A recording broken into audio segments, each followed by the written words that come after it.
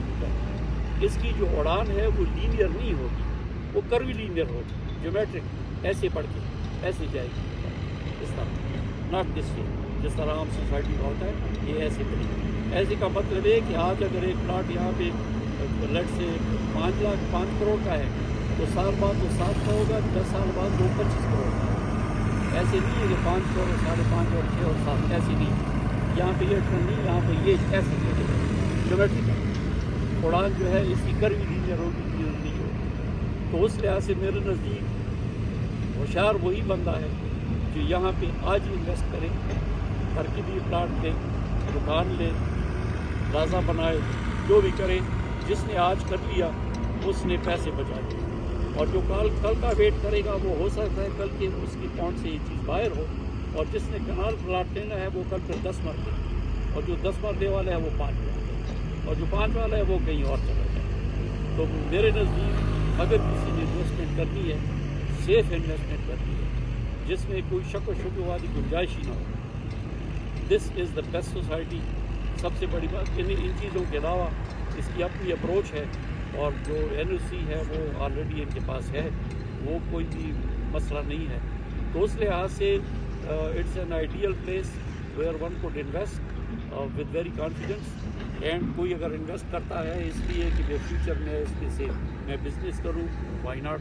اور کوئی investor start کرتا ہے کہ میں نے 60 کے بعد یہاں مکان بنانا ہے، وائی ناٹ. تو یہ ساری چیزیں جب میں دیکھتا ہوں I feel very happy and very satisfied that I have invested in a place جو کہ فیوچر میں مجھے ہر قسم کی فیسلٹی دے گا. اور فیوچر سے میری مراد یہ نہیں ہے کہ فیوچر لانگ ٹرم فیوچر، میں بڑے شارٹ ٹرم کی بات کرتا ہوں، ود ان ایئر کی بات کرتا ہوں. سال بعد یہاں پہ مجھے یقین ہے کہ مجھے ہر وہ سب کچھ ملے گا جو کہ یہاں پہ لوگوں کی ضرورت ہوتی ہے. Thank you very much. میرا خیال ہے کہ ڈاکٹر صاحب نے سب کچھ میرے سوال کیے بغیر ہی بیان کر دی ہے، تو اس کے علاوہ کچھ پوچھنا باقی نہیں رہ جاتا. ان شاء اللہ یہاں پہ فوڈ کورٹ کی بہت جلدی اوپننگ ہونے جا رہی ہے. 1-2 برانڈس کو میں نے دیکھا ہے جو انہوں نے برانڈنگ کر بھی لی ہے. اور جہاں تک اسکول کی بات ہے تو ڈیفینیٹلی ہمارے پارک کیو لاہور کی بات کریں تو وہاں پہ 2 اسکول آلریڈی بن چکے ہیں، اور وہاں پہ مزید بھی کنسٹرکشن اور اسکولوں، کیونکہ society day by day develop ہو رہی ہے. وہاں پہ بھی سیم لائک دس، یہاں پہ تو بھی صرف 3 سے 4 سال ہوئے ہیں، اور الحمدللہ ہمارا ڈاؤن ٹاؤن دیکھ لیں، ہمارے ریزیڈینشیل ایریا دیکھ لیں، تو الحمدللہ ایک سپیڈ سے جا رہے ہیں. نہ دن دیکھتے ہیں نہ رات دیکھتے ہیں، کام الحمدللہ جب بھی آئیں گے آپ کو ہوتا ہوا نظر آئے گا پارک پر. اس کے ساتھ ہی میں اجازت چاہتا ہوں. اچھا یہ ایک منٹ، یہ آپ نے اسکول کی بات کی، تو چونکہ میں ایجوکیشنسٹ بھی ہوں، انوائرمنٹلسٹ بھی ہوں، تو اسکول جو کوئی بھی بنائے گا، جو کوئی بھی چلائے گا، I would be more than happy to provide my technical services in its establishment, in the selection of staff, in the selection of teachers, in the administration, in management، جو بھی ہوگا. اور وہ میں یہ ظاہر ہے میں اس لیے نہیں کہہ رہا ہوں کہ اس کے لیے آئی ڈی پیڈ، میں ابھی سے کہہ رہا ہوں پیمنٹ کی بات نہیں ہوگی، یہ میری طرف سے والنٹری ہوگی. اور یہ ایک سروس ہوگی جو کہ نہ صرف میں اپنی کروں گا بلکہ آپ کے بچوں کی، آپ کے بچوں کی، اور جتنے بھی یہاں کے ریزیڈنٹس ہیں ان کے بچوں کے لیے ہوگا. اور یہ میری طرف سے ایک فری سروس ہوگی.